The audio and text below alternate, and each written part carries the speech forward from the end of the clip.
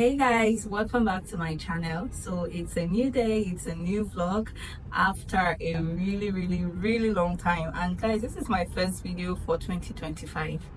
I can't believe we're in 2025 already. It's February actually. No, it's March. Yeah, it's March.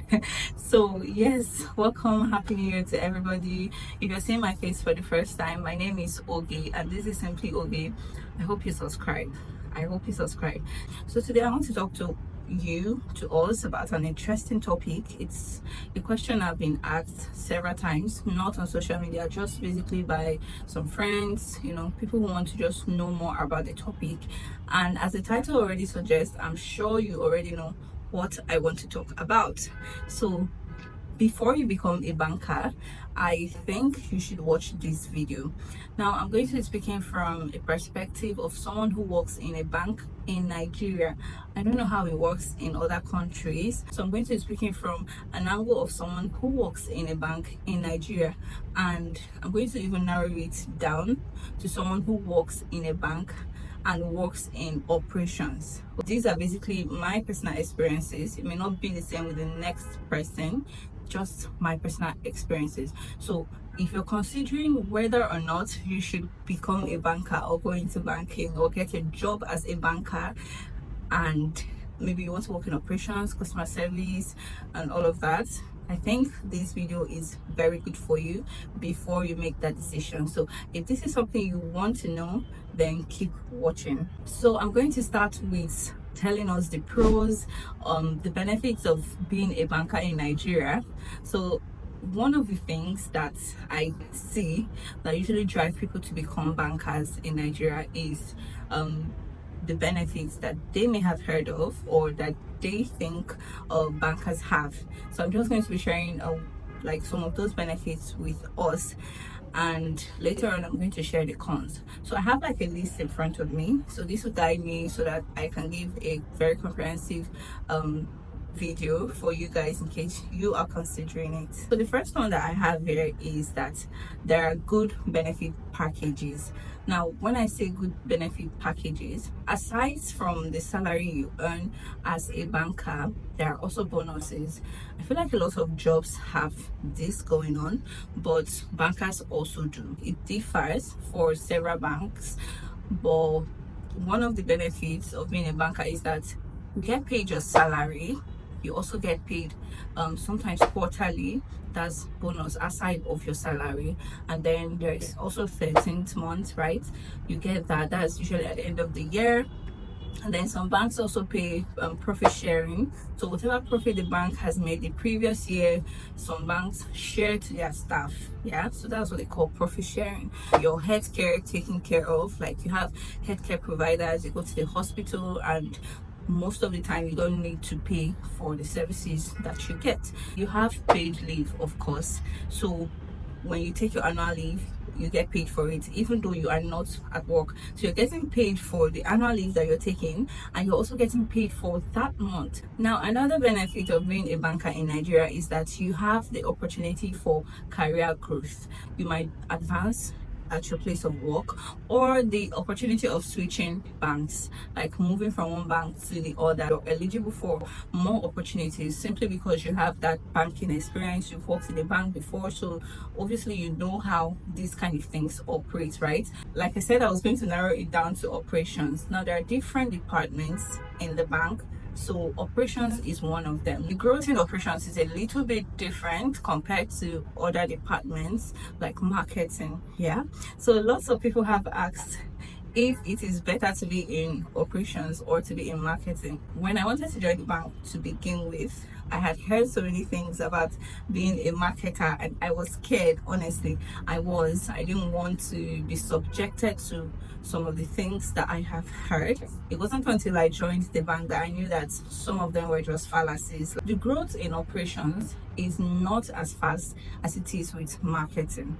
Now I feel like because marketers have this metric by which they are judged, like is judged. They have goals that they need to meet, and it's very easy to see if this person has met their goal, if this person has not. So it's just easier to weigh it, and then you know, okay, this team is progressing, this person is meeting deliverables, this person is getting customers for the bank, this person is meeting up with their balance sheet, and it's just easier for them to go to get promotions.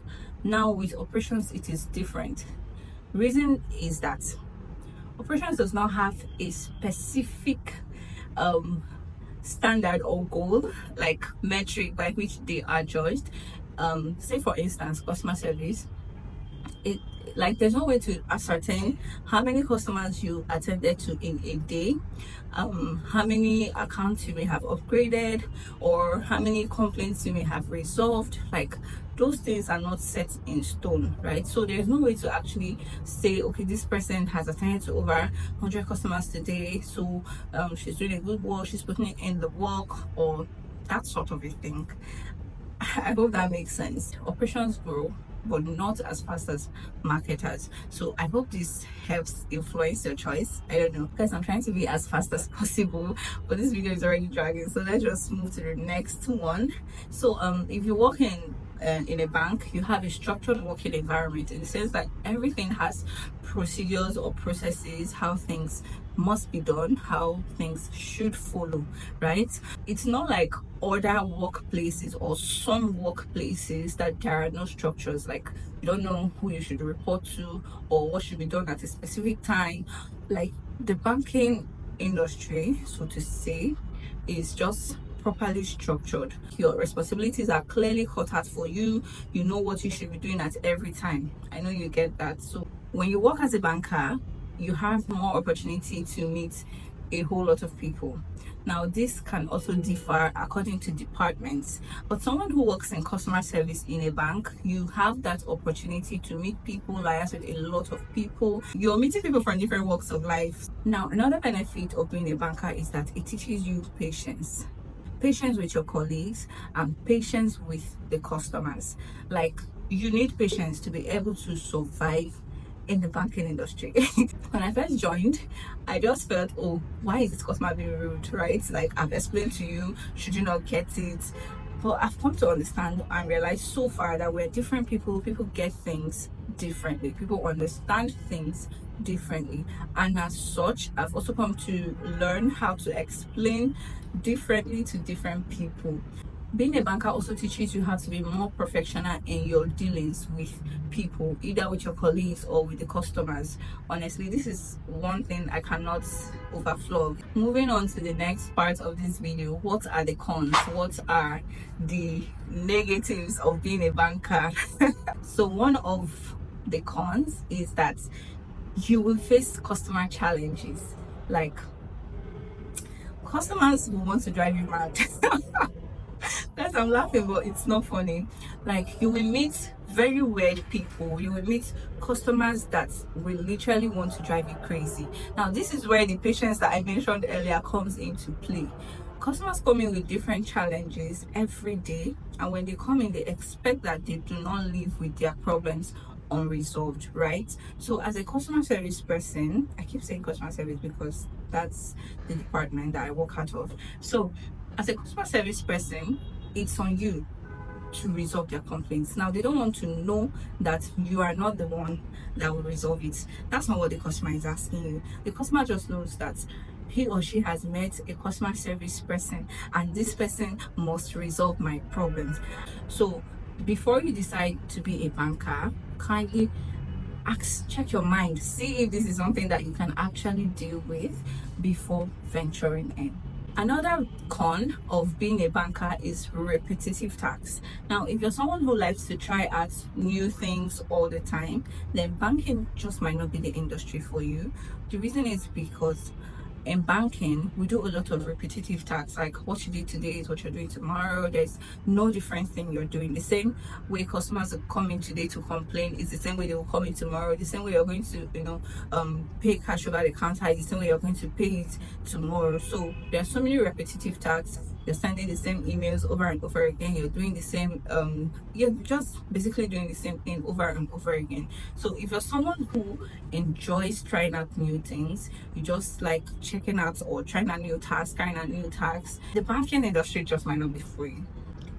Another con of being a banker in Nigeria is that it has a high pressure environment. I think everybody already know this. Banking on its own is pressure. You see that I can work under pressure that you put on your CV. You are going to work under pressure in the bank. There's no running away from it, no matter what department you are in. Even as an admin staff, you cannot run away from pressure. There's pressure everywhere, from customers, from management, from your colleagues. There is pressure everywhere. Banking is a high pressure environment, and if you're someone who does not do well under pressure, then maybe you should not consider doing banking at all. But if this is something that you can manage, then it's totally fine. Another con that every banker can attest to is the long hours.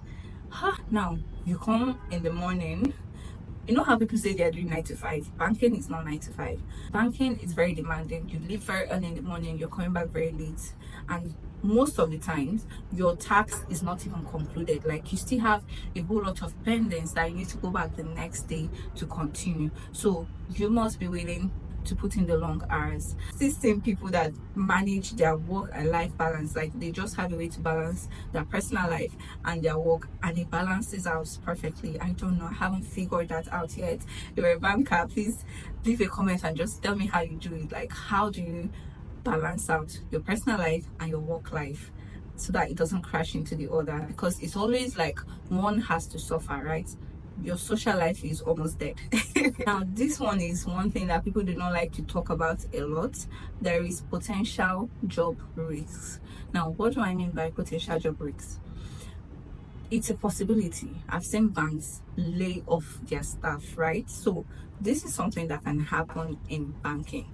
As much as there might be job security, right, it's still possible that banks can at will decide to downsize, and downsizing just basically means letting some people go so that the bank can focus its resources on the existing people. If you're someone who cannot take that, then maybe the banking industry is not for you, because you have to keep an open mind. It can happen, and this can also aid you when you're deciding the kind of the bank you want to actually go into, the bank you want to work with.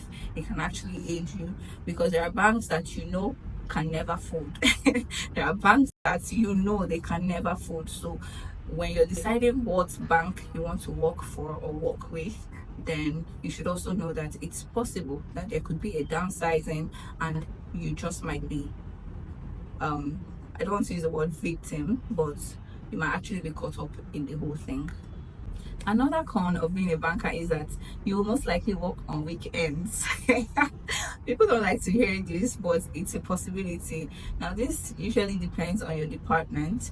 There are times when the bank will require you to come in on weekends. For people in operations, I feel like this is where we just have issues, right? I mean, imagine when others are at home chilling, watching movies, hanging out with friends, and you are at work.